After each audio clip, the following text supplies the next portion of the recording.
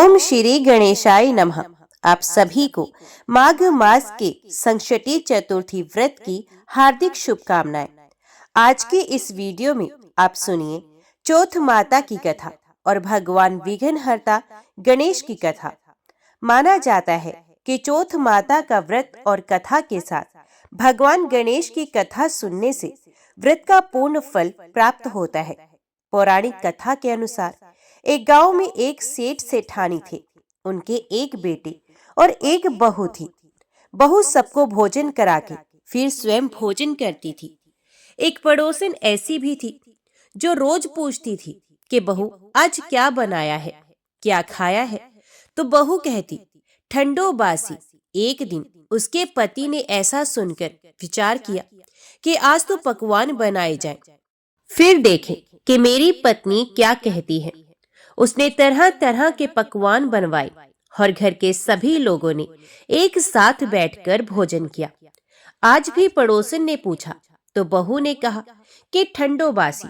सेठ के लड़के ने सोचा हो न हो कोई बात अवश्य है जिससे कि मेरी पत्नी ऐसा कहती है। उसने पत्नी से पूछा तुम रोज ठंडो बासी खाया ऐसा क्यों कहती हो, जबकि हम सब ने एक साथ बैठकर कई तरह के पकवान खाए हैं। उसकी पत्नी बोली हम जो खा रहे हैं वे बाप बूढ़ों की कमाई है। जिस दिन आप कमाकर लाओगे उस दिन मैं समझूंगी कि ताजा भोजन कर रहे हैं। अब एक दिन लड़के ने माँ से कहा मैं एक बड़े शहर में कमाई करने जा रहा हूँ। तो माँ बोली बेटा अपने पास इतना धन है कि खाया नहीं खत्म होगा। माँ के मना करने पर भी बेटे ने स्वयं कमाने का दृढ़ निश्चय कर लिया और जाते समय पत्नी से कहा मैं जब तक कमाकर बहुत सा धन लेकर ना आऊं तुम चूल्हे की आग मत बुझने देना। एक दिन चूल्हे की आग बुझ गई तो वे मन ही मन घबराने लगी, कहीं मेरे पति पर संकट तो नहीं आ पड़ा। जल्दी से पड़ोस में से आग लाकर चूल्हे में रख दूं। ऐसा विचार करके पत्नी पड़ोस में गई। वहां पड़ोसन चौथ माता का व्रत और पूजन कर रही थी। पड़ोसन ने कहा थोड़ी देर में आकर ले जाना। तो बहू ने पड़ोसन से पूछा आप यह व्रत क्यों करती हैं, इससे क्या मिलता है। पड़ोसन ने कहा चौथ माता के इस व्रत को करने से अन्न और लक्ष्मी मिलती है और अपनी मनोकामनाएं पूर्ण होती हैं। अब बहू भी चौथ माता का व्रत करने लगी। दीवार पर उसने चौथ माता का चित्र बनाया।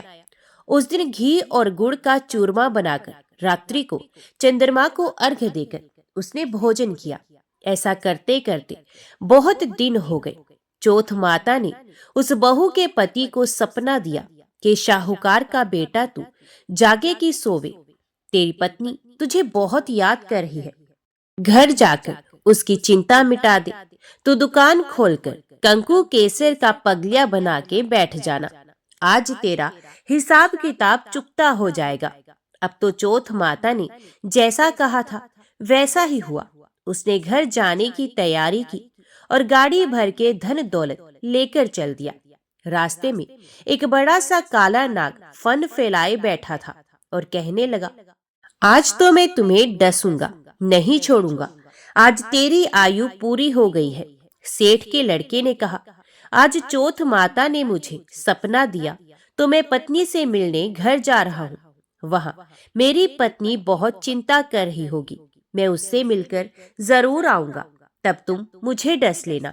नाग ने कहा तुम शपथ पूर्वक कह के जाओ तो मैं तुम्हें जाने दूंगा, परंतु लौटकर नहीं आए तो तुम्हारे घर आकर मैं तुम्हें डस लूंगा। इस प्रकार सांप को वचन देकर वे घर पहुंचा। वहां सभी से हंसी खुशी से मिला और भोजन करने उदास होकर बैठ गया। उसकी पत्नी ने उदास होने का कारण पूछा तो पत्नी ने काले नाग वाली बात बताते हुए कहा कि यदि मैं उसके पास नहीं जाऊंगा तो वे घर आकर ही मुझे डस लेगा। पत्नी बहुत चतुर थी। उसने कहा कि आप घबराओ नहीं, लेट जाओ, मैं एक उपाय करती हूँ। पत्नी ने कमरे की 7 पेड़ी धोई। पहली पेड़ी पर रेत, दूसरी पेड़ी पर इत्र, तीसरी पेड़ी पर गुलाल फूल, चौथी पर कंकु केसर, 5वीं पर लड्डू पेड़ा, छठी पर गादी गलीचा और 7वें पेड़ी पर दूध का कटोरा भरकर रख दिया। इस प्रकार वे 7 ही पेड़ी सजाकर बैठ गए। आधी रात होते ही नाग आकर पेड़ी चढ़ने लगा। पहली पेड़ी पर रेत में लौट गया और कहने लगा कि सेठ की बहू ने आराम तो बहुत दिया, पर वचनों से बंध कर आया हूं, सो डस ही लूंगा। अवश्य ही इसी प्रकार 7 पेड़ियों पर नाग आराम करता हुआ और कहता हुआ कि डसूंगा। जरूर कमरे में जाने ही वाला था कि चौथ माता ने विचार किया कि मैं इसे नहीं बचाऊंगी तो संसार में धर्म कर्म व्रत को कौन मानेगा।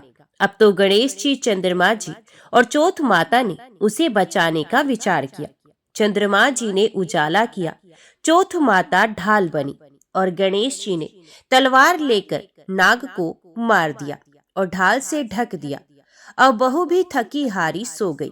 दिन निकला तो लोग बेटे से मिलने आए, परंतु बेटा बहू तो उठे ही नहीं।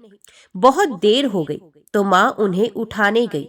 माँ ने 7 पेड़ियों पर जो कुछ भी देखा तो वे बहुत ही घबराई और बेटा बहू को आवाज लगाई।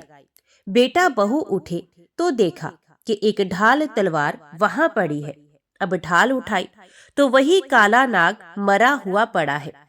बेटा बहू ने सोचा कि आज तो धर्म कर्म ही आड़े आए हैं, जो भगवान गणेश जी और चौथ माता ने अपनी रक्षा की है।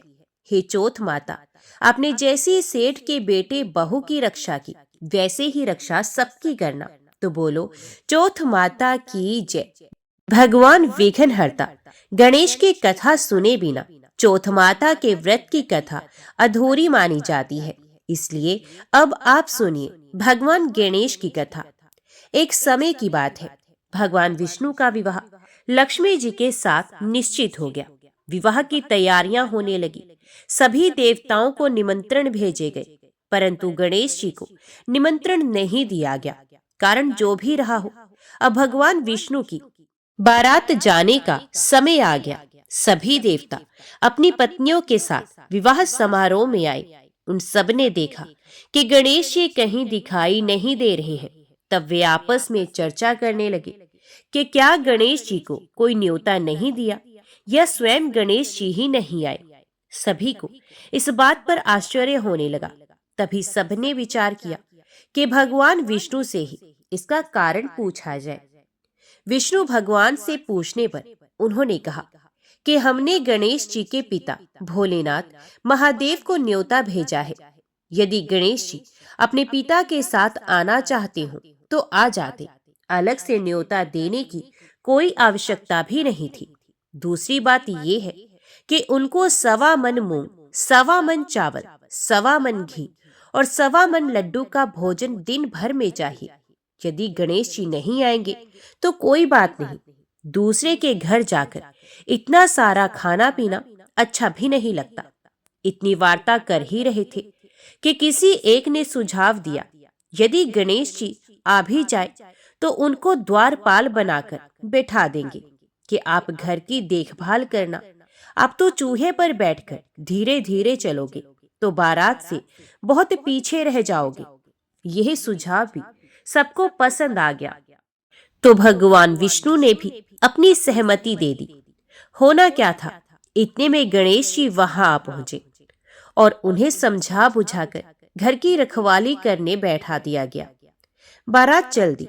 तब नारद जी ने देखा कि गणेश जी तो दरवाजे पर ही बैठे हुए हैं। तो वे गणेश जी के पास गए और रुकने का कारण पूछा। गणेश जी कहने लगे कि भगवान विष्णु ने मेरा बहुत अपमान किया है। नारद जी ने कहा कि आप अपनी मूषक सेना को आगे भेज दो, तो वह रास्ता खोद देगी जिससे उनके वाहन धरती में धंस जाएंगे। तब आपको सम्मान पूर्वक बुलाना ही पड़ेगा।